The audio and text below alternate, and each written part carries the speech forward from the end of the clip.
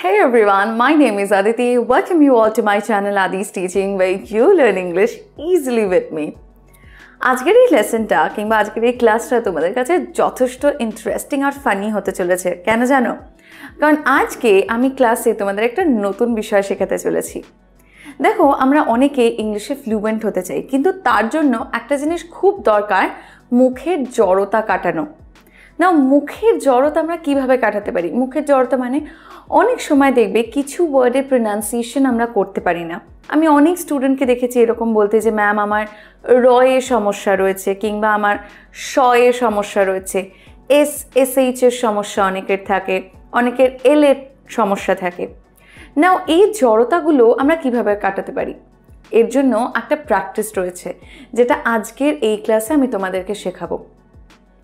আমরা মুখের জড়তা কাটানোর জন্য ইংলিশে স্টুডেন্টসদেরকে টাং টুইস্টার প্র্যাকটিস করে। তো আজকের এই ক্লাসে আমি তোমাদের টাং টুইস্টার শেখাবো, এমন কিছু টাং টুইস্টার যেগুলো তোমাদের মুখের জড়তা কাটাতে সাহায্য করবে। তো চলো দেখে নিই আমাদের ফার্স্ট টাং টুইস্টারটা কি। তার আগে বলি, ক্লাসটা খুব এনজয় করে শেখার চেষ্টা করো। যখন আমি কিছু প্রোনাউন্স করছি, তোমরা ওই পার্ট থেকে এগুলোকে প্রোনাউন্স করার চেষ্টা করো। একদম হেডফোন লাগিয়ে শোনো, পজ করবে যখনই আমি কিছু বলবো, সেটা শোনার পর পজ করে নিজে প্রোনাউন্স করো 5 বার 6 বার 7 বার, যতক্ষণ না কারেক্ট হচ্ছে, তারপর নেক্সটটায় যাও। ফাইন। অ্যান্ড অবশ্যই যদি আজকের এই ক্লাসটা হেল্পফুল মনে হয়, তাহলে আমাকে নিচে কমেন্ট সেকশনে লিখে সেকেন্ড পার্টের জন্য তোমরা রিকোয়েস্ট করতে পারো। So the first tongue twister is here. I saw a kitten eating chicken in the kitchen. এটাকে আমি আস্তে করে বললাম, এবার আমি এটাকে আর একটু স্পিডে বলবো। I saw a kitten eating chicken in the kitchen. হলো? আর একটু ফাস্ট বলি। I saw a kitten eating chicken in the kitchen. এরম ভাবে 3 বার বলতে হবে।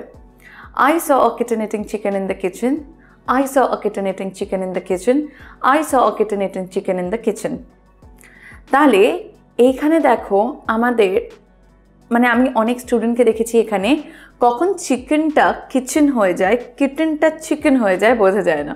ইউ ট্রাই ইট আউট, দেখো তোমাদের সাথে এরকম হচ্ছে কিনা। আচ্ছা চলো পরের টাং টুইস্টারটা দেখি। I have got a date at 7:45.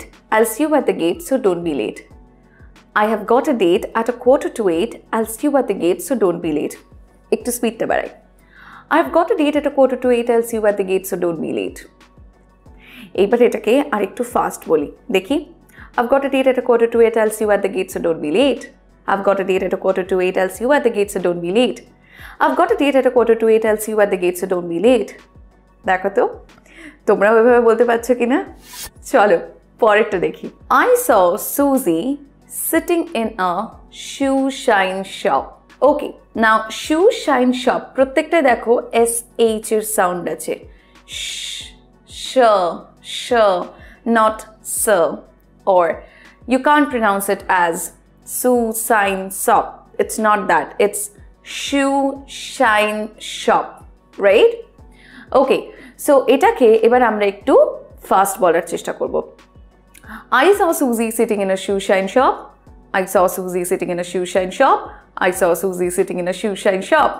Okay, so I saw হবে saw, সেখানে দন্তেশ্বরের সাউন্ড আসছে, তারপর সুজি আসছে।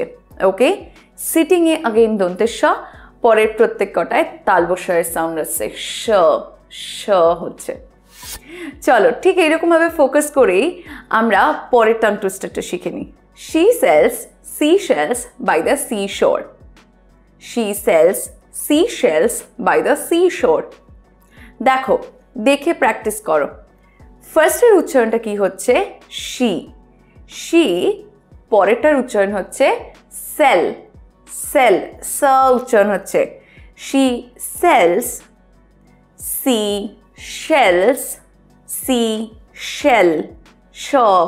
shells by the